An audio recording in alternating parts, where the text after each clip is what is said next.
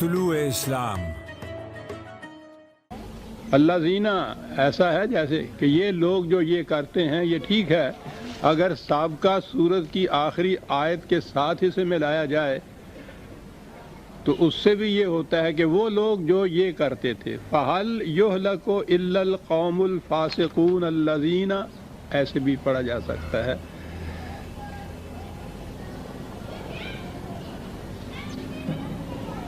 کہا ہے کہ وہ لوگ جو دین کی صداقتوں سے انکار کرتے ہیں، اور اگلا ٹکڑا ہے اہم، یا اس کے راستے میں روک بن کر کھڑے ہو جاتے ہیں۔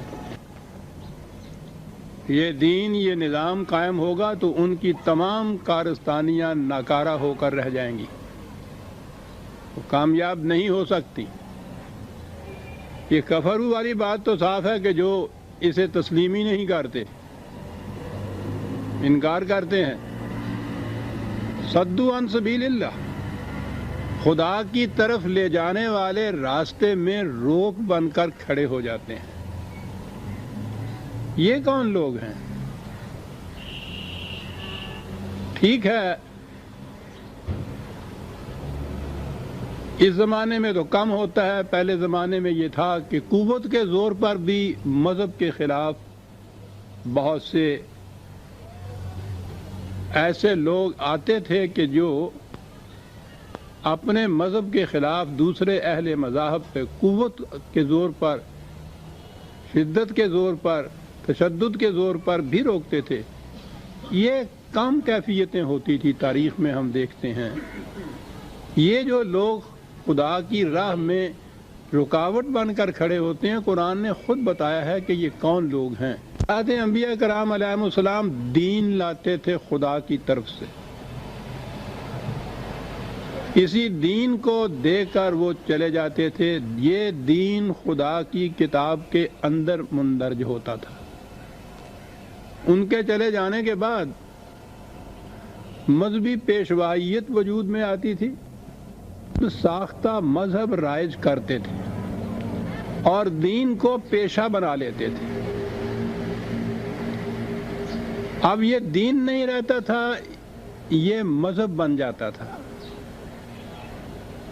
یعنی سمجھانے کی غرض سے میں شروع سے ہی یہ دو اصطلاحیں انہی معانی دین ہی کہتا ہے، لیکن جب دین کو یہ بگاڑتے ہیں تو اسے سمجھنے کے لیے مذہب کا لفظ آئے گا، اور آپ دیکھیں گے کہ یہ اب تو کوئی تھوڑا بہت چرچا دین کے لفظ کا ہوا ہے، ورنہ مذہب ہی تھا، مذہب اسلام، اسلام ریلیجن، ہمارے مذہب نے یہ کہا ہے، ہمارے مذہب میں یہ ہے، دین کبھی کوئی کہتا ہی نہیں تھا۔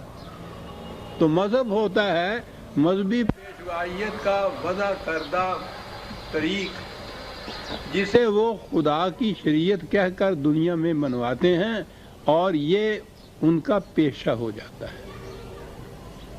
قرآن کریم واضح انداز میں کہتا ہے کہ یہ جو خدا کے راستے میں روک بن کر کھڑے ہو جاتے ہیں، یہ کون لوگ ہیں؟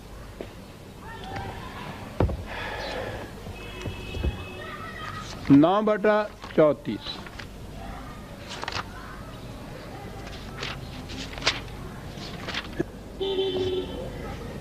یا ایھا الذین آمنوا ان کثیرا من الاحبار والرہبان لَيَأْكُلُونَ أَمْوَالَ النَّاسِ بِالْبَاطِلِ وَيَصُدُّونَ عَنْ سَبِيلِ اللَّهِ۔ وہی الفاظ ہیں یہاں۔ اہل ایمان متنبہ رہو کہ یہ مشائخ اور علماء کی اکثریت وہ ہے جو لوگوں کے مال کو کھاتے ہیں باطل کے طریقے سے۔ تو یہ تو ہوا جہاں پیشہ بن جاتا ہے مذہب، لوگوں کے، عوام کے مال کو کھاتے ہیں باطل طریقے سے، اور خدا کی طرف لے جانے والے راستے میں روک بن کر کھڑے ہو جاتے ہیں۔ تو اس نے تو خود بتا دیا کہ یہ احبار و رہبان ہیں جو روک بن کے کھڑے ہوتے ہیں۔ یہ خدا کی طرف جانے والے راستے پہ چلنے ہی نہیں دیتے کاروان امت کو۔ اس سے ان کی دکانداریاں ختم ہو جاتی ہیں، دین میں مذہبی پیشوائیت کا وجود ہی نہیں ہوتا۔ یہ جو قرآن نے کہا ہے کہ یہ وہ دوسروں کے مال پہ جیتے ہیں، اور دوسروں کے مال پہ دوسری جگہ تو یہ ہے کہ بڑی عیش پسندی کی زندگیاں بسر کرتے ہیں۔